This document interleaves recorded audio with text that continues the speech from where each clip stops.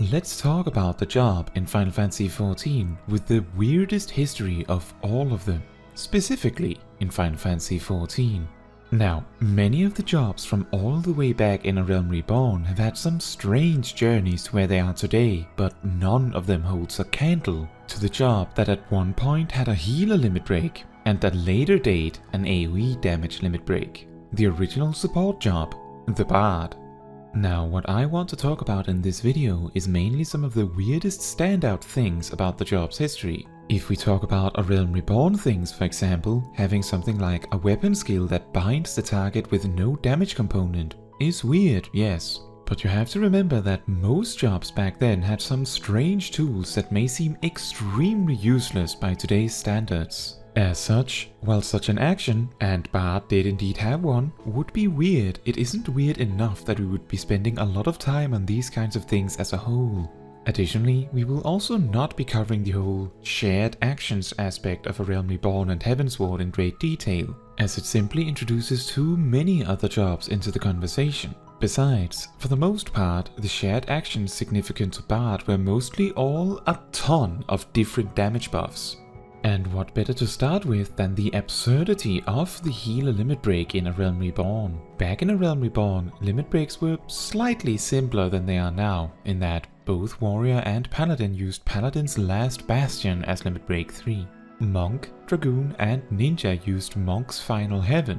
Summoner and Black Mage used Meteor, and White Mage, Scholar and Bard used White Mage's Pulse of Life. Additionally, damaging limit breaks were assigned a specific potency, whereas today, because of a more complex formula, it is not entirely certain exactly how strong the attack is. Tank limit break 3s also only reduced damage by a measly 50%, and the healer limit break actually also recovered MP in addition to HP on the limit break 1 and 2s. Naturally, it somewhat made sense for the Bard to have a more supportive limit break like a healer one back then. As you see, due to how the job functioned and what kind of tools it brought to a party, it was absolutely more of a support job than a damage dealer. Now, back before Shadowbringers, the party bonus worked a little differently, which is why it isn't actually necessarily guaranteed that a party in A Realm Reborn would even have a Bard in the party. The party bonus today grants the raid 1% extra attributes per unique role in the party, with Ranged Physical or Bard being one of these roles. Before Shadowbringers, this bonus was instead specific to each role and was 3%. Having a Bard in the party boosted everyone's dexterity by 3%. Now, this is a little difficult to pinpoint exactly, but I would assume Ninja did the same, and this did not stack. The key point about this is that only Bard and Ninja benefited from dexterity back then, so there was no reason to bring a Bard strictly for the party bonus. On top of that, if you did bring a Bard, as damage type resistance debuffs existed back then, and only Dragoons could apply the piercing resistance down, bringing a Bard sort of implied a demand for a Dragoon. Now, with some of the more well-known oddities out of the way, let's take it from the top. And what I mean by that is, let's look at some of the strangest things about Bard from A Realm Reborn, and see how it changed on its journey to Endwalker. In A Realm Reborn, Venomous Bite started as a 9-second dot, so it had to be reapplied extremely regularly. This would then be fixed at a higher level by doubling it to 18 seconds. Bards, among a few other jobs back then, also had an extra attack available to them as the enemy drew close to death, Bard's option being named Misery's End. A particularly fascinating discovery is that Repelling Shot, even back in Realm Reborn, still repelled the Bard from the target and not the other way around. Back then, it was actually a GCD and it did damage, not actually enough to warrant using it, but still. Reign of Death was also a GCD back then, and applied a debuff that both reduced the damage the targets did, but also increased the damage they took. It competed with both Quick Knock and Wide Volley, two alternate AoE shapes the Bard had access to. And then there's the songs. Swift Song had a 3-second cast time and effectively did what Peloton does today. In fact, all the Bard's songs had a 3-second cast time and were on the GCD. Mage's Ballad and Army's Paean both reduced the damage the Bard did and cost MP every second to maintain. and made everyone else around the Bard recover MP or TP respectively. The Mage's Ballad one was particularly helpful for healers. Foe Requiem was the last song they had access to, and this one weirdly reduced elemental resistance of enemies and caused MP to maintain, but wasn't actually particularly helpful for the Bard itself. Battle Voice back then simply doubled the effectiveness of the song you were currently playing, except Swift Song, and Battle Voice had a whopping 5-minute cooldown. A dearly missed action Bards had back then was Flaming Arrow, which placed down a damaging field akin to Dark Knight's Salted Earth, which could be maintained with a 50% uptime. Before we move on, Blunt Arrow was what later on became Headgrace. Back then, it instead applied a 1-second silence, and did some damage, so it was definitely used for its interrupting ability, right? A familiar effect was also produced by the trait River of Blood, which caused Venomous Bite and Wind Bite ticks to have a 20% chance to reset the cooldown of Bloodletter. Finally, Quelling Strikes was an enmity management tool for Bard, and Hawk's Eye was a hit chance managing tool. You may see certain archer enemies in A Realm Reborn zones still use this buff. Barrage also multiplied the amount of hits of your auto attacks for a while instead of affecting a weapon skill. With the release of Heavensward, Bard's Limit Break was reworked to what it is today, to match with Machinist, which was a job that wasn't at all magical in nature, so a healer limit break made no sense. With Heavensward, Bard learned a new song, Wanderer's Minuet, which completely reworked how the job functioned. Playing the song was an instant OGCD, but had a 15-second cooldown. What did it do? Increased all damage you did by 30%, and allowed you to use your new actions learned in Heavensward.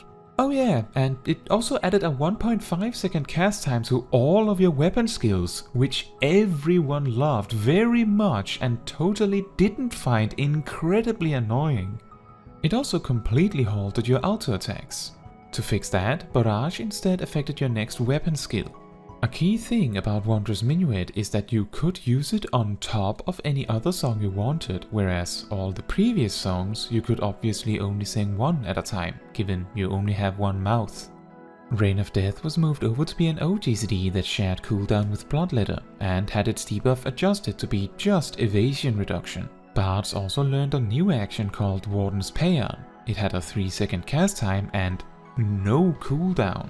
The spell both removed a debuff from the target, but also blocked the next debuff. Both effects, every time. If you've ever heard warrior players reminisce about Bards removing the pacification from their Berserk, this is how they did it. However, as you may also have heard, Bards complained that it was actually a DPS loss for the Bard to do, given that it took more than a GCD to perform.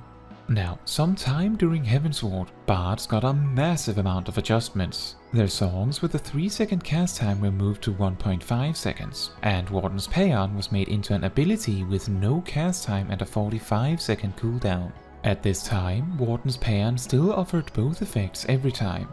I should mention, just for Heavensward in general, that Imperial Arrow was an OGCD, but it still had a 1.5 second cast time, which I'm sure didn't lead to any jank considering all of your other attacks also had a 1.5 second cast time, making it impossible to weave properly. Which brings us on over to the Stormblood days of Bard. This is when things started taking a huge turn. Cross-class actions were removed as a feature, and role actions were introduced in its place. You could have up to 5 role actions, and there was a pool of typically a bit more than 5. Among these were Peloton, exactly as it works today, Foot Grace, Leg Grace, as they are today, and Head Grace, which was Blunt Arrow without the damage component. We also had Palisade, which was a 10-second 20% damage reduction cooldown that you could use only on someone other than yourself. Finally, Tactician and Refresh were party buff cooldowns that restored a significant amount of TP and MP over time respectively. And also, as a bonus, just cut all enmity you had in half. With Foot Grace and Peloton and all of this enmity management, Shadowbind, Swift Song and Quelling Strikes were removed. Stormblood also saw hit chance removed from the game, removing the need for Hawk's Eye. In the Crossfire, Flaming Arrow and Wide Volley were also removed, and Reign of Death no longer applies any debuffs. Finally, among the utility actions, Repelling Shot was made an ability and had its potency removed. Tactician and Refresh of course heralded the rework of the Bard songs.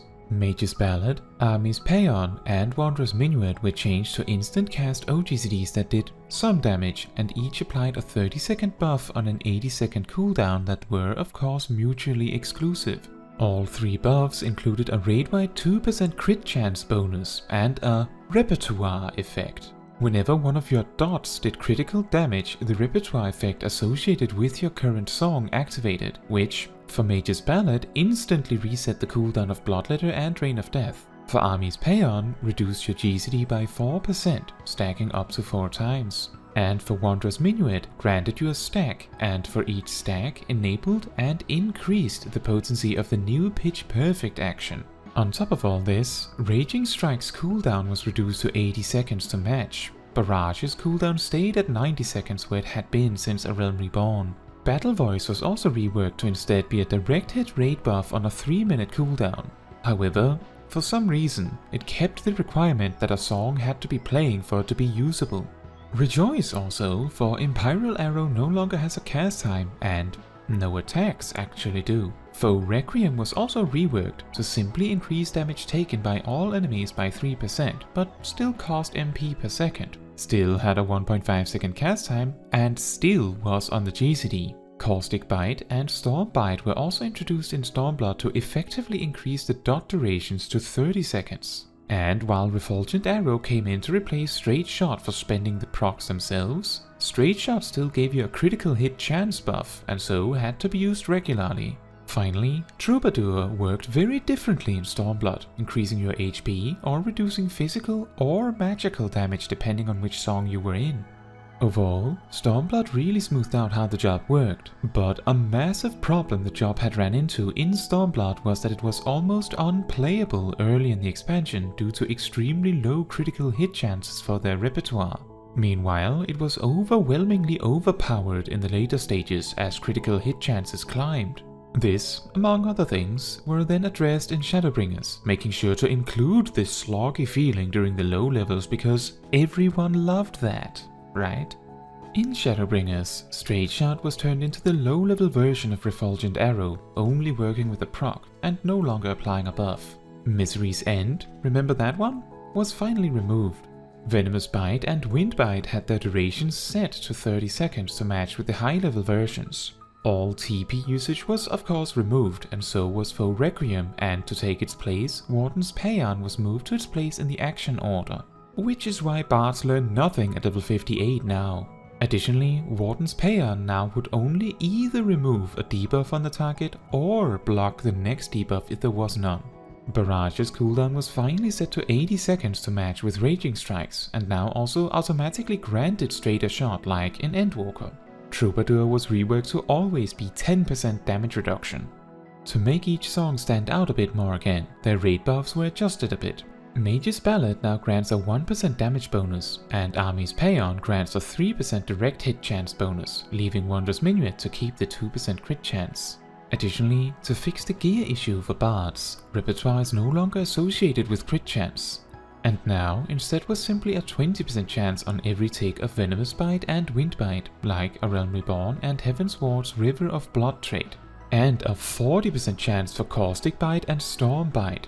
For anyone interested, this meant with one target with both dots in low level, an average 32% chance for one proc and 4% for a double proc, and 64% chance for nothing every 3 seconds. At high level, this was instead 48% chance for one proc, 16% for a double proc, and 36% chance for nothing every 3 seconds.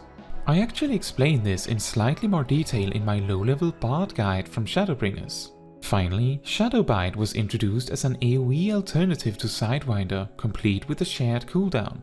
Sidewinder, from Heavensward to Shadowbringers, had its damage scale with the number of dots you had applied to the target, and Shadowbite was no different. Quicknock also got a chance to reset Reign of Death's cooldown on use. And now for the grand finale, the changes to Bard in Endwalker. Raging Strikes, Barrage, your 3 songs and Battle Voice are all 2-minute cooldowns now. Your songs and all of the dots are now 45-second duration. Oh, and of course the repertoire mechanic is reworked again.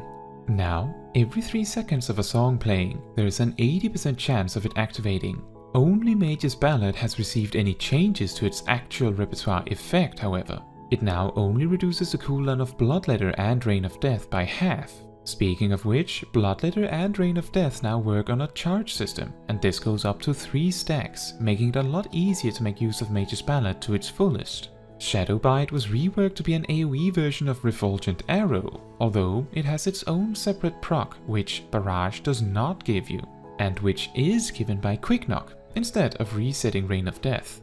Now, of course, all of the jobs turns out to have a lot of extremely awkward and weird actions if we go all the way back to A Realm Reborn, and there is a very good chance that most of these odd actions got removed with the release of Stormblood. However, if we were to take a look at a single job to really experience the weirdness of Final Fantasy XIV's evolution to where it is today, then Bard is probably the job that has had the largest amount of changes to how it works throughout the years. Going from a job that genuinely would need to sacrifice its own damage for the sake of supporting the team, to a job that still sacrificed its own damage but to boost the damage of the team, to a job that, just as well as any job, simply boosts the damage of the team as a side product of all the other things it does.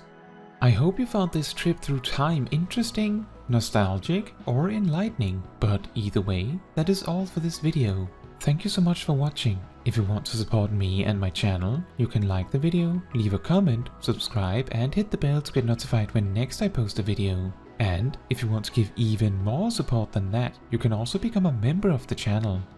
Fun fact, back in A Realm Reborn, the animation log of performing any action at all was so long that it was commonplace that you could, at best, only feasibly single weave, which, with the sheer amount of buffs a job could apply, led to a lot of players electing to just spam a macro with all of their buffs until all of them were active, instead of trying to smoothly weave them as they went.